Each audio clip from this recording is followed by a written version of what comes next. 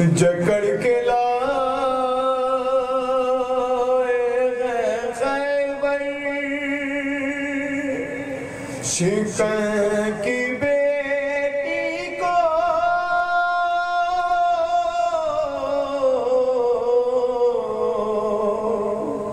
یہ کہے کہ شام میں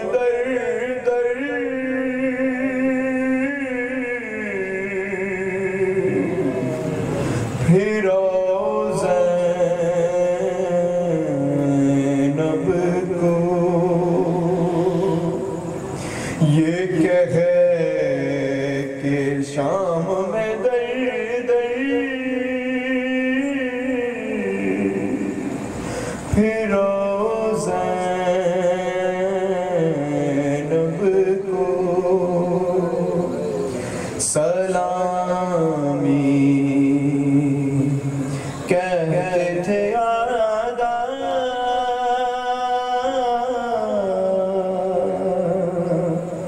رلا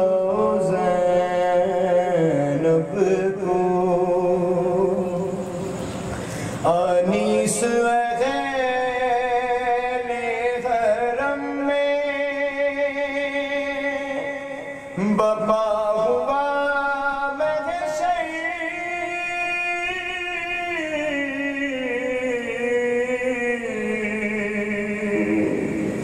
انیس وغیل حرم میں بپا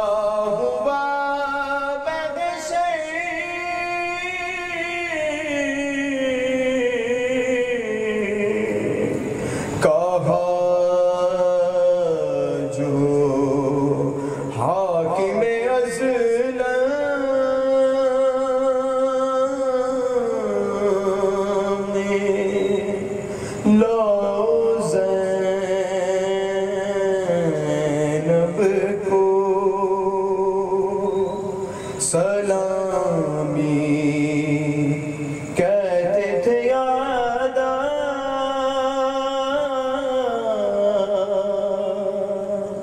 بر محمد وآل محمد صلی اللہ علیہ وسلم. تین دفعہ سورہ اخلاص بانیان مجلس کے مرحومین، آپ کے مرحومین، شہدائے ملت جعفریہ اور جن کا دنیا میں اب کوئی سورہ فاتحہ پڑھنے والا نہیں ہو، تمام کے لیے ثواب و فاتحہ. اعوذ باللہ من الشیطان الرجیم. بسم اللہ الرحمن الرحیم. الحمد للہ الذی ہدانا لہذا وما كنا لنهتدي لولا ان هدانا الله لقد جاءت رسول ربنا بالحق والصلاة والسلام والتحیۃ والاکرام على اصل ما فی الوجود سر اللہ فی کل موجود نقطۃ دائرۃ الوجود مقام الحمد والمقام المحمود وبالقاسم محمد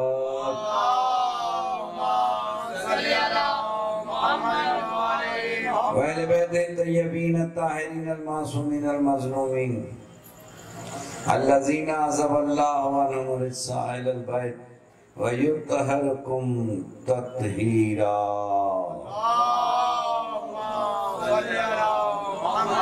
أما بعد فقد قال الله تبارك وتعالى في محكم كتابه ومحسن كتابه بسم اللہ الرحمن الرحیم. اهدنا الصراط المستقیم. درود پڑھ دے محمد وآلہ.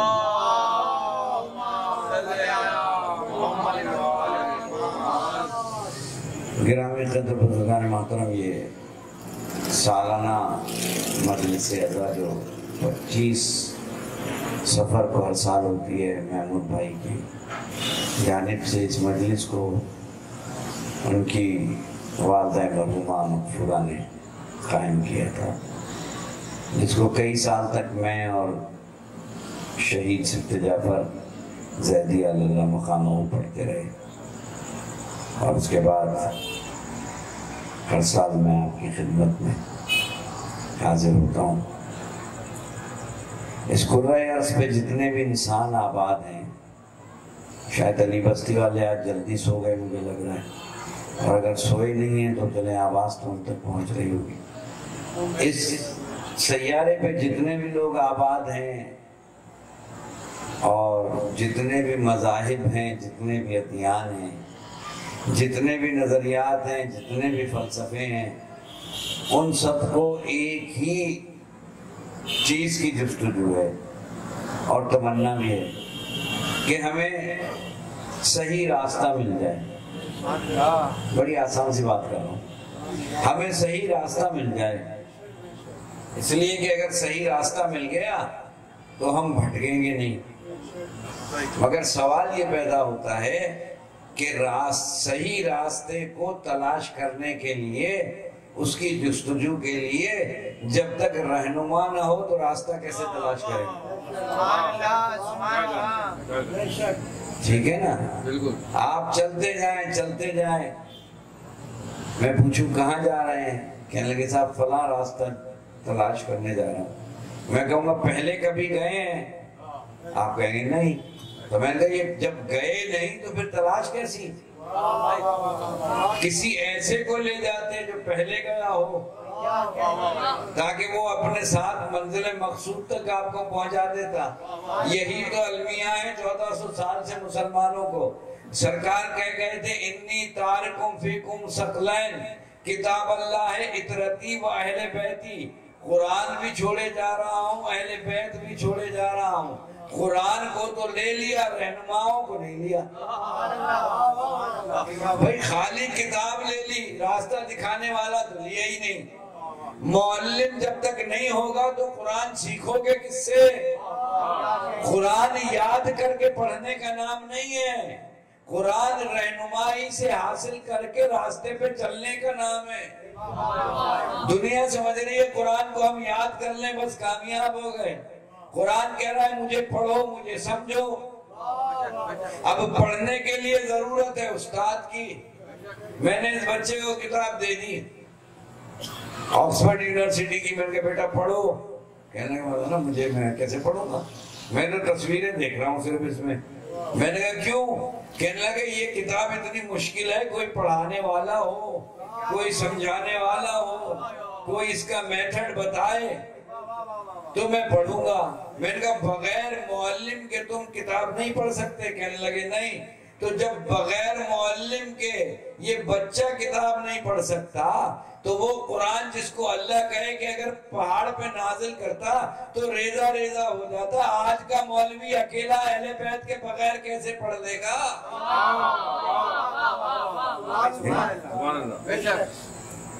قرآن پڑھو گے معلم کے ساتھ۔ سرکار کہہ کے گئے تھے کہ کتاب اکیلی نہیں سمجھنے کی کوشش کرنا، معلم ساتھ میں دے رہا ہوں۔ کہ کیوں؟ کہ ایک تھیوری ہے، ایک پریکٹیکل ہے۔ ٹھیک ہے نا؟ ایک ڈاکٹر آیا، کہنے لگے میں نے 5 سال پڑھ لیا ڈاکٹری۔ فوراً آپ نے پوچھا ہاؤس جاب کیا ہے؟ کہنے لگے نہیں میں نے ہاؤس جاب نہیں کیا، میں تو پڑھ کے آیا ہوں۔ لائے میں آپ کو انجیکشن لگا دوں، آپ ہاتھ جوڑ کے کہیں نا بھائی مجھے مرنا نہیں ہے۔ وہ کہے گا کیوں؟ میں نے پڑھا نہیں ہے۔ کہا پڑھا تو ہے، صرف تھیوری پڑھی ہے، پریکٹیکل نہیں کیا۔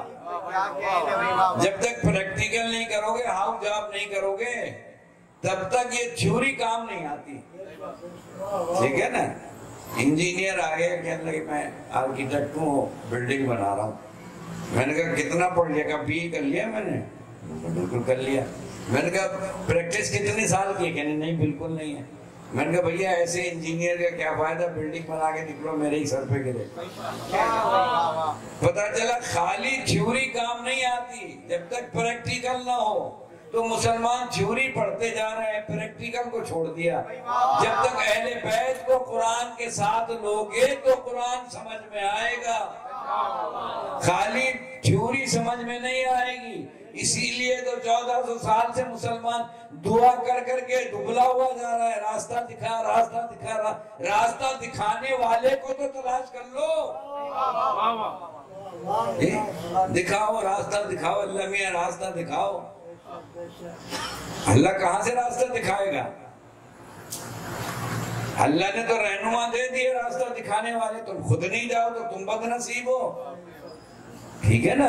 دعائیں مانگے جا رہے ہیں نماز میں، اہدنا الصراط المستقیم، وہ بھی مستقیم سیدھا راستہ، مستقیم کا راستہ جہاں کوئی جھول نہ ہو، سیدھا راستہ، وہ بھی کہاں؟ نماز میں۔ نماز میں مسلمانوں کو راستے کی تلاش ہے۔ راستہ اس وقت تک نہیں مل سکتا جب تک رہنما نہ ہو۔ اب رہنما، اللہ نے کہا سنو، تھیوری کے ساتھ ایک رہنما نہیں دے رہا ہوں، 12 نور کے رہنما ہیں، جس کو تھام لو۔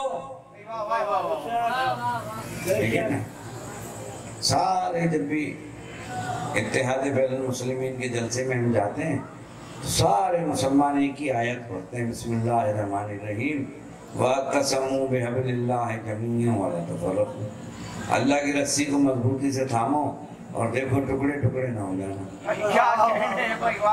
فرقوں میں نہ بٹ جانا۔ مفتی صاحب نے یہ آیت پڑھی، وَاعْتَصَمُوا بِحَبْلِ اللَّهِ جَمِيعًا وَلَا تَفَرَّقُوا، دیکھو تفرقے میں نہ پڑنا اور فرقوں میں نہ بٹ جانا۔ میں نے کہا مفتی صاحب یہ تو بات کون نہیں مان رہے، سب مان رہے ہیں، یہ تو آپ نے کہا اللہ کی رسی کو تھام لو، یہ بھی تو بتائیں اللہ کی رسی ہے کہاں؟ میں تھامنا چاہتا ہوں، کہاں لٹکوں اللہ کی رسی میں؟ مجھے اللہ کی رسی کی تلاش ہے، مجھے بتائیں اللہ کی رسی کہاں ہے تاکہ میں پکڑوں اللہ کی رسی کو۔ یہ تو آپ بتا رہے ہیں کہ اللہ کی رسی کو پکڑ لو پکڑ لو، جب اللہ کہہ رہا ہے کہ میری رسی ہے تو یقیناً ہوگی۔ میں نے کہا مفتی صاحب ڈھونڈ لیتے ہیں کہاں ہے، ہم مل کے ڈھونڈ لیتے ہیں اللہ کی رسی۔ بھئی جیسا مصور اتنی ہی خوبصورت تصویر، یہی ہوتا ہے نا، جتنا اچھا مصور بنانے والا ہوگا اتنی تصویر ہوگی، جتنا اللہ وحدہ لا شریک، ٹھیک ہے نا، اتنی خوبصورت اس کی رسی ہوگی۔ اب دنیا تلاش کرے کہ وہ رسی کون سی ہے۔ اب تم اگر ہمیں ایسی رسی پہ چڑھا دو کہ اس کو پکڑ کے مادے میں گر جائیں تو نہ ادھر کے رہیں گے نہ ادھر کے رہیں گے۔ آپ ان کی رسی پکڑوانا چاہتے ہیں جو خود علی کی رسی پکڑتے تھے، زبردستی ان کی رسی پکڑوا رہے ہیں جن کی اپنی رسی تو تھی نہیں، وہ خود علی کی رسی کو تھام کے کہتے تھے اگر علی نہ ہوتے تو ہم۔ تب اب رسی ان کی تھامو جن کی مضبوط رسی ہو، وہ رسی رسول دے گئے، وَاعْتَصَمُوا بِحَبْلِ اللَّهِ جَمِيعًا وَلَا تَفَرَّقُوا، اللہ کی رسی دے گئے، اتنی مضبوط رسی دی سرکار نے، اللہ نے سرکار کے ذریعے سے کاندھے پہ اٹھا کے بتایا کہ یہ میری رسی ہے، اتنی مضبوط رسی ہے، دنیا میں بھی کام آئے گی، قبر میں بھی کام آئے گی۔ ٹھیک ہے نا؟ ہاتھوں میں اٹھا کے رسی دی کا من کنت مولا فہذا علی مولا، جس کا میں مولا اس کا یہ علی مولا۔ اب مولا بننے کے بعد بھی دنیا رسی تلاش کرے، ہم کمزور رسی تھامتے ہی نہیں کہ گریں۔ ہم نے اتنی مضبوط رسی تھامی ہے، اتنی مضبوط رسی تھامی ہے، جس کو یہاں بلاتے ہیں یہاں بھی مدد کرتے ہیں، قبر میں بھی ہماری مدد کریں گے۔ ٹھیک ہے نا؟ دنیا کو سمجھ میں ہی نہیں آتا، سیدھا راستہ سیدھا راستہ سیدھا راستہ۔ اچھا سیدھے راستے پہ چلا، کسی نے ترجمہ کیا، ترجمہ کرنے میں پابندی تو نہیں ہے۔ اب ان سے پوچھیں آپ یہ دعا کرتے کرتے کہ ہمیں سیدھے راستے پہ چلا مر جائیں، تو یہ کون بتائے گا آپ کو کہ سیدھے راستے پہ چلے بھی کہ نہیں؟ کیا پتہ چلے کہ نہیں چلے۔ دوسرے نے کہا کہ ہمیں سیدھے راستے پہ قائم رکھ، یہ دعا کر رہے ہیں۔ ابھی روزانہ نماز میں دعا ہی کر رہے ہیں کہ سیدھے راستے پہ قائم رکھ، سیدھے راستے پہ چلا، سیدھا راستہ دکھا۔ کوئی کہہ رہا ہے سیدھا راستہ دکھا، ٹھیک ہے نا؟ اب دکھا کہاں سے؟ دیکھا کسی مسلمان سے پوچھو کہ تم نے سیدھا راستہ دیکھا؟ کہے گا نہیں دعا کر رہا ہوں۔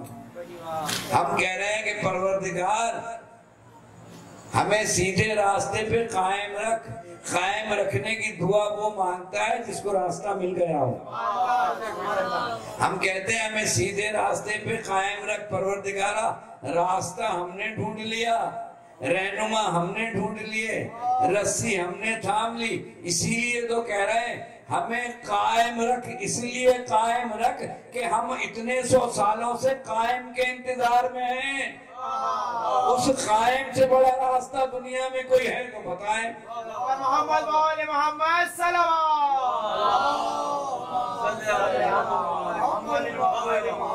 اس قائم سے بڑا کوئی راستہ ہے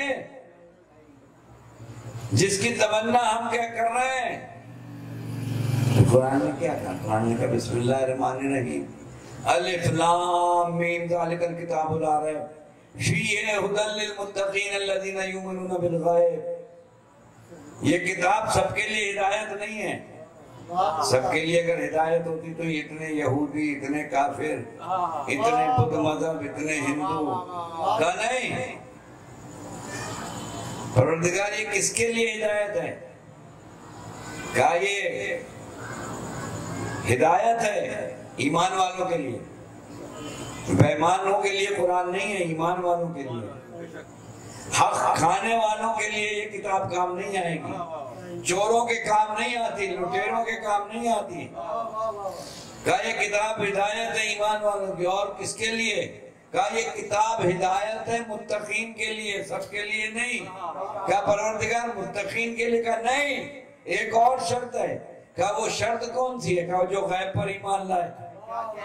اب 2 کرائٹیریا بنا دی اللہ نے کہ ایک اس کے لیے ہدایت جو متقی ہو، اس کے لیے ہدایت، دوسرا جو غیب پر ایمان لائے اس کے لیے ہدایت۔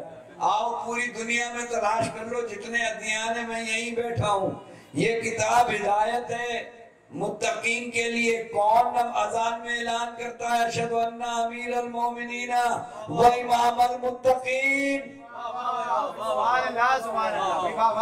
یہ کتاب ہدایت ہے متقین کے لیے۔ کون ہے اتنے 100 سالوں سے کہتا ہے الجل الجل؟ یہ بتا کے ہم بتاتے ہیں کہ ہم متقین کے بھی دروازے پہ ہیں، ہم غیب کا بھی انتظار کر رہے ہیں۔ تو پڑھیں محمد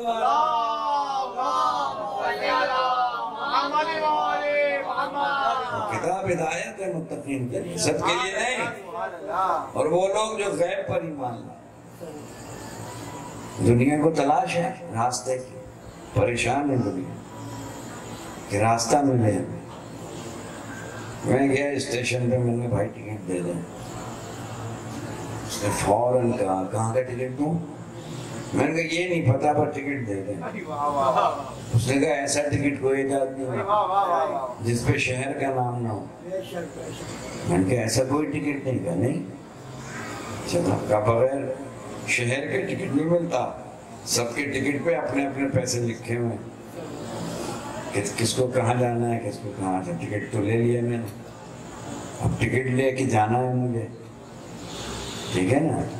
اب جب میں سفر کر رہا ہوں تو جہاں جا رہا ہوں گا شاید وہاں سردی ہو، یہاں گرمی ہے، زیادہ سفر کی ضرورت ہے مجھے، وہ سارا سامان ہو، زیادہ سفر ہو۔ پھر جب زیادہ سفر مل گیا تو میں جانے لگا، کسی نے کہا ایسے نہیں جاؤ، کسی سے رہنمائی لے لو، کسی غلط اسٹیشن پہ اتر گئے تو بھٹک جاؤ گے۔ اب یہ تینوں چیزیں مسلمان تلاش کر لیں، ٹھیک ہے نا۔ ایک ایسی جگہ کا ٹکٹ لیں جہاں کا راستہ معلوم ہو، دوسرے دنیا میں زیادہ سفر لے کے جائیں، ایسا نہ ہو کہ وہاں پھنس جائیں، تیسرے رہنما ایسا کامل ہو جو آپ کو چھوڑ کے نہ بھاگے۔ اگر خود چھوڑ کے بھاگ گیا تو دنیا آپ پہ ہنسے گی، بھگوڑے کے ساتھ کیوں تھے؟ ایسے بھگوڑے کے ساتھ نہیں پتا تھا آپ کو کہ چھوڑ کے آ جائے گا آپ کو۔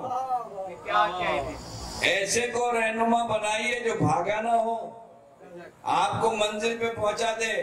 ہم نے ایک نہیں 12 ایسے ہادی بنائے جو قول کے بھی پکے، فعل کے بھی پکے، جن کا پہلا بھی علی تو آخری بھی علی۔ کسی نے کہا تھا نا مولا، یہ کہا کہ اولنا محمد اوسطنا محمد کلنا محمد، یہ کیوں نہیں کہا اولنا علی اوسطنا علی آخرنا علی کلنا علی؟ معصوم فرمانے لگے غدیر کا ایک علی تو برداشت نہیں ہوا، یہ 12 کیسے برداشت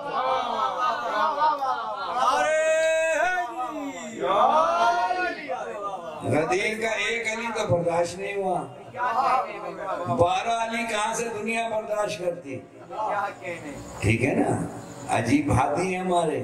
بھئی کہا کہ اگر کسی کا نام نہ آتا ہو امام کا, آپ قول پڑھ دیں, اور کسی کا امام کا نام بھول جائیں تو 12 میں سے کسی کا لے لیں.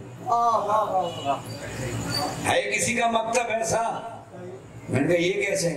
میں نے کہا مولوی صاحب امام شافعی رحمت اللہ علیہ کا قول امام احمد ابن حنبل سے نقل کر دوں؟ کہیں گے نہیں. میں نے کہا کیوں؟ وہ بھی امام تھے, وہ بھی امام ہیں, انہوں نے بھی فقہ بنایا, انہوں نے بھی فقہ بنایا, انہوں نے بھی اجتہاد کیا, انہوں نے بھی اجتہاد کیا. کیا ہو گیا؟ کہیں گے نہیں غلط ہوگا, آپ کہیں پڑھیں گے تو غلط ہے. امام احمد ابن حنبل کا قول الگ ہے, امام شافعی رحمت اللہ علیہ کا قول الگ ہے. میں نے کہا کیوں؟ ہیں تو دونوں امام, دونوں نے فقہ بنایا, دونوں نے اجتہاد کیا. مسکرا کے کہنے لگے ان کا نظریہ کچھ اور تھا, ان کا نظریہ کچھ اور تھا. میں نے کہا اسی لیے تو کہتے ہیں کہ ہم بناتے نہیں, اللہ نے 12 ایک جیسے بھیج دیے. 12 ایک جیسے بھیج دیے. کا قول ان کا دیکھو, فعل ان کا دیکھو, چلنا ان کا دیکھو, بولنا ان کا دیکھو. ٹھیک ہے نا. اتنا ہی تو کہا تھا کہ علی میرے بستر پہ سو جاؤ. نہیں پڑھ رہا کوئی طویل بات, ایک کالی میرے بستر پہ سو جاؤ. کہا سرکار میرے سونے سے آپ کی جان بچ جائے گی, تاریخ تبری میں لکھا ہے. کہا ہاں بچ جائے گی, ہم سو جاؤں. علی سو گئے, رسول اللہ کی چادر اوڑھی, رسول اللہ کا تکیہ لیا, رسول اللہ کا بستر لیا, ابو طالب کا بیٹا سو گیا. اب جو دشمن جو تھے پوری رات 40 برہنہ تلواریں لیے ہوئے علی کا گھیرا کیے ہوئے تھے. علی آرام سے سو رہے تھے. اب بھی نہیں سمجھ میں آیا کہ گھر والے کون ہیں, باہر والے کون ہیں.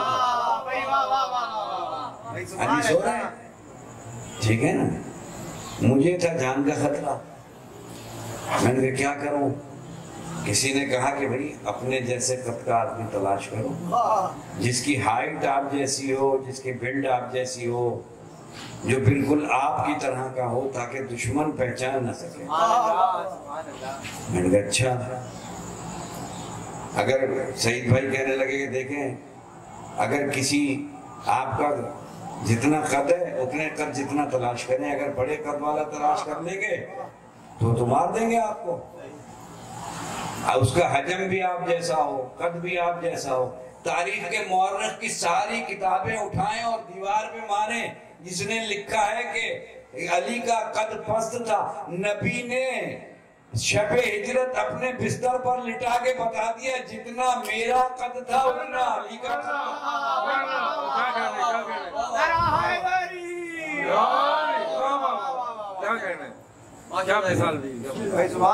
جتنا میرا قد ہے اتنا علی کا قد ہے, جتنی میری بلڈ ہے اتنی علی کی بلڈ ہے, جتنا میرا حجم ہے اتنا علی کا حجم ہے. اس لیے تو دشمن پوری رات علی کو نبی سمجھتا رہا.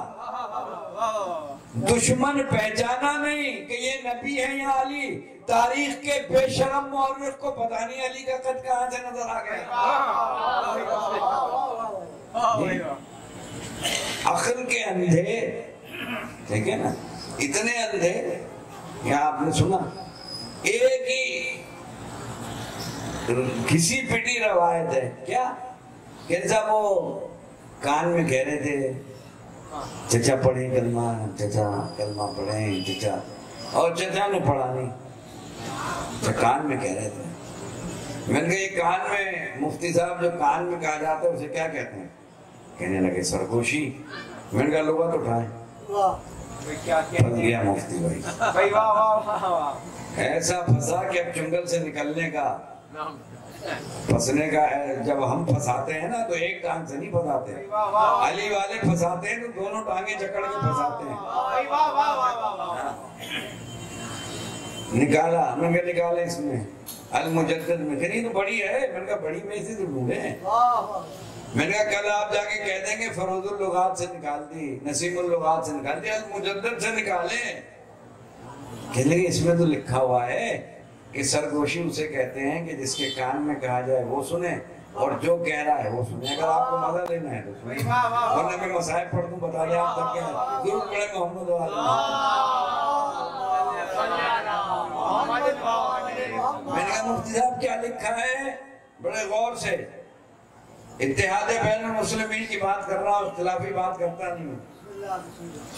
کہنے لگے یہ لکھا ہوا ہے سرگوشی کی معنی کہ ایک جس سے کہا جا رہا ہے وہ سنے اور ایک جو کہہ رہا ہے وہ سنے. اسے کہتے ہیں سرگوشی, کان میں کہنا. اب سامنے کوئی بیٹھا ہوا کان میں کہہ رہا ہو, میں یہاں بیٹھا ہوا کیسے سنوں گا؟ نہیں سنوں گا نا. اچھا چلیں یہ لفظ ممبر کر لئیے, ٹھیک ہے نا. سرگوشی کہتے ہیں کہ ایک کہنے والا اور ایک سننے والا. یہ عجیب مسلمانوں کا مورخ ہے.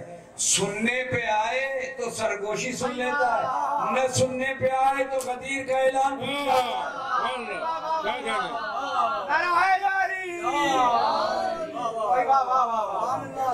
کتنا پیارا ہے ہمارا مورخ مسلمانوں کا.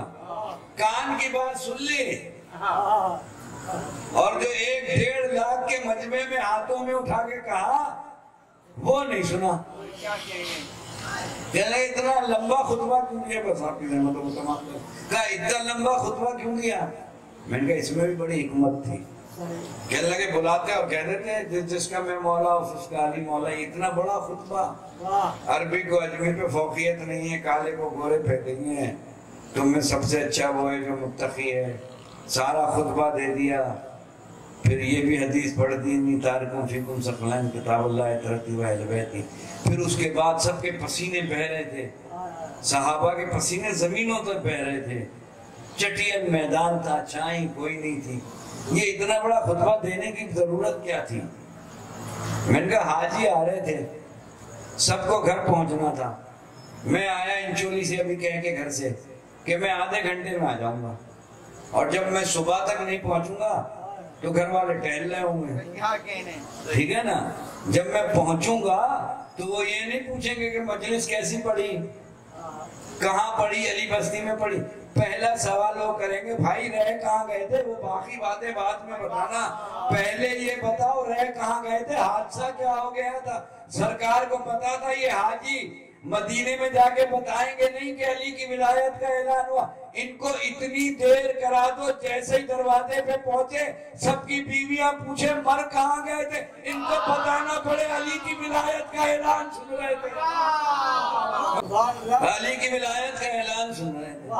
جو حاجی جائے گا منہ پھٹا ہوا, کہاں رہ گئے تھے, کیوں دیر ہو گئی, حج تو کر لیا اس کو بعد میں بتانا. یہ بتاؤ تھے کہاں, ہم پریشان ٹہل رہے تھے. کہا سرکار علی کو مولا بنا رہے تھے, ہاتھوں پہ اٹھا کے دکھا رہے تھے, دنیا کو بتا رہے تھے کہ جس کا میں مولا ہوں اس کا علی مولا. دوستوں غدیر کا انتقام ہے کربلا. یا رسول اللہ مت بلند کریں علی کو آنکھوں پہ, یہ مسلمان بدلہ لیں گے. آپ کے بیٹے حسین کے سر کو نو کے نیزہ پہ بلند. ہاں میرے دوستوں یہ میلہ ختم ہو گئے, بڑی جلدی گزر گئے. بچے جو اگلے برس ہمیں اور یہ غم پہ رہے, جو چل بسے تو بس اپنا سلام آخر. ہاں دوستوں محمد کی بیٹیاں, شام کا بازار, ہر گام پہ پتھر, وہ حسین, عصر عاشور, حسین زخموں سے چور. یہ حضرت جعفر کی بیوی کا گزر ہوا, جا کے کہتی اتنی جشن منا رہے ہو ہم, حسین زخموں سے چور. جعفر کہتا ہے میں چلا, بیٹا میرے ساتھ تھا.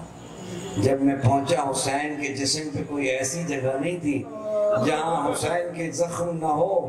میں انبیاء اور رسولوں کی قطاریں لگی ہوئی تھی, ملائکہ کی قطاریں لگی ہوئی تھی. میں چاہتا تھا کہ حسین کے قریب جاؤں. میں بڑی مشکل سے حسین کے قریب گیا, میں نے سلام کیا, حسین نے سر اٹھایا, جواب دے کے کہا جعفر آ گئے, کہا فرزند رسول آ گیا. الٹ دوں کربلا کو, کہا نہیں جعفر نہیں, کوئی ضرورت نہیں ہے. کہا جعفر جاؤ, چلے جاؤ, بس میں کہا، جیسے امام نے کہا نا جاؤ، میں جانے کے لیے مڑا، جیسے ہی میں مڑا حسین نے پھر سر اٹھایا، کہا جعفر میری بات سنو۔ میں واپس آیا، میں نے کہا فرزند رسول حکم کیجئے، کہا ابھی چلے جاؤ، شام غریبہ میں آ جانا، میری بہن زینب کی چادر چھنے گی، سکینہ کو تماچے لگیں گے۔ جعفر کہتا ہے میں نے کہا فرزند رسول ضرور آؤں گا، کہا جعفر میرے قریب آؤ۔ میں قریب گیا، کہا جعفر کربلا کا منظر دیکھو گے، آج صبح سے میں نے کتنی لاشیں اٹھائی ہیں۔ جعفر نے کہا امام نے ہاتھ کیا، کربلا اونچی ہوئی، کہا جعفر یہ دیکھو 32 سال کا کڑیل جوان گرا ہے، میں نے بازو عباس کا اٹھایا ہے، کہا انا للہ و انا الیہ راجعون۔ جعفر دیکھو میری کمر ٹوٹ گئی، میں کیسے عباس کے لاشے پہ جا رہا ہوں، کبھی اٹھ رہا ہوں کبھی گر رہا ہوں۔ اے جعفر یہ دیکھو میرے حسن کی کمائی کیسے گھوڑوں کی ٹاپوں سے پامال ہوئی۔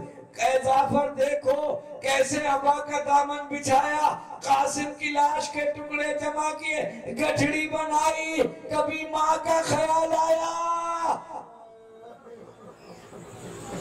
اے جعفر اب میں منظر دکھاؤں؟ جعفر کہتا ہے مولا، جعفر روتا جاتا ہے، کہا مولا کون سا منظر دکھائیں گے؟ کہا جعفر برداشت کر سکے گا؟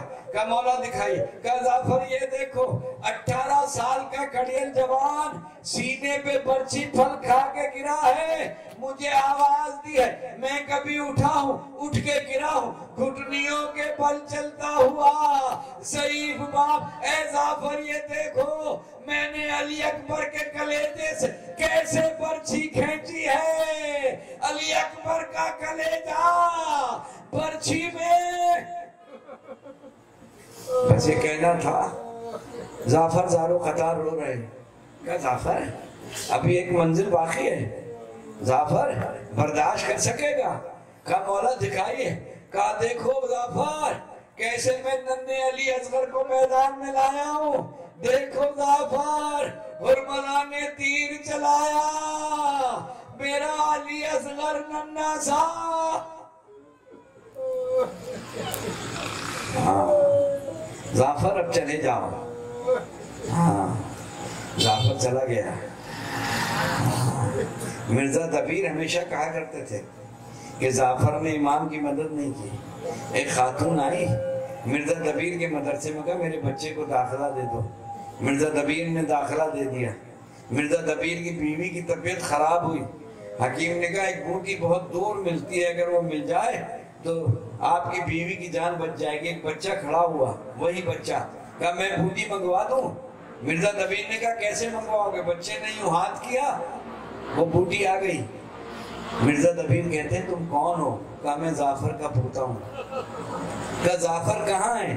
کہا واقعہ کربلا کے بعد جنگلوں میں گھومتے رہتے ہیں، ایک یا حسین کی تختی بنائی ہے جو گلے میں ڈال دی ہے، نہ کچھ کھاتے ہیں نہ پیتے ہیں، بس جنگلوں میں یہ کہتے ہوئے گھومتے ہیں ہائے میرا پیاسا حسین، ہائے میرا پیاسا حسین۔ کہا جا کے جعفر سے کہنا مرزا دبیر تم سے ملنا چاہتے ہیں۔ وہ کہتا ہے پوتا کہ واقعہ کربلا کے بعد جعفر کسی سے ملتے نہیں ہیں۔ کہا اچھا جا کے دادا سے کہنا مرزا دبیر نے کہا ہے تمہیں حسین کی ماں کی قسم ایک دفعہ مرزا دبیر سے مل لو۔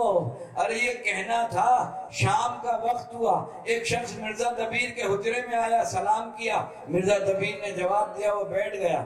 کہا فرمائیے کیوں آئے؟ کہا مرزا اتنا بڑا واسطہ دے کے پوچھتے ہو کیوں آئے ہو؟ میں جعفر جن ہوں، یہ سننا تھا۔ مرزا دبیر زمین میں بیٹھ گئے۔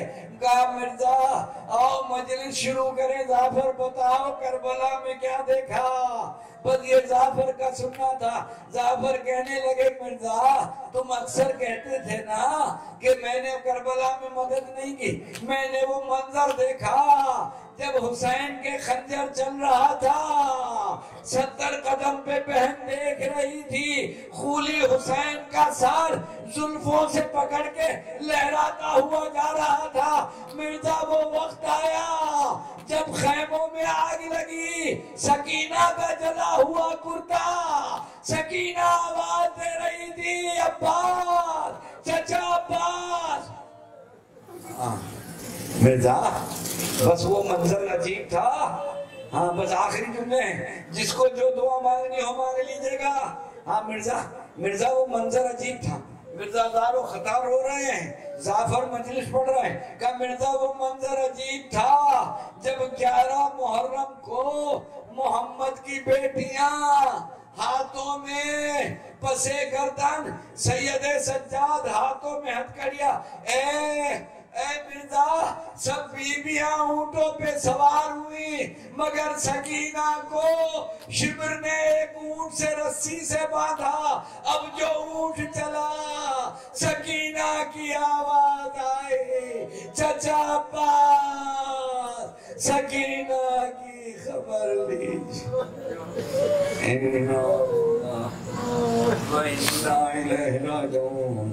پروردگارا ہماری اس عبادت کو اپنی بارگاہ میں قبول فرما.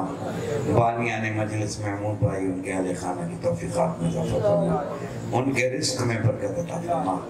عزاداری سید الشہداء کو رجوع عطا فرما. مسلمانوں کو متحد اور متفق فرما. ہمارے نفیس اللہ صلی اللہ علیہ وسلم محمدی قدیم کے بیمار ہیں, ان کے صحابزادے یہاں تشریف فرمائیں. پروردگارہ ان سمیت جو بیمار ہیں پروردگارہ سب کو شفا کاملہ فرما. میرا بھانجا اس وقت اپنا ضیاء الدین اسپتال میں ICU میں ہے, شدید بیمار ہے ڈینگی وائرس میں. پروردگارہ اسے شفا کاملہ. ہمیں کوئی غم نہ دے سوائے غم حسین کے. جیئے تو حسین کر کے موت دے تو لب حسین. ظلم پڑ گیا ظلم خاتمے کے لیے امام زمانہ کے ظہور میں تعبیر فرما. ربنا تقبل منا انک انت السمیع العلیم برحمتک یا ارحم الراحمین. ماتم حسین.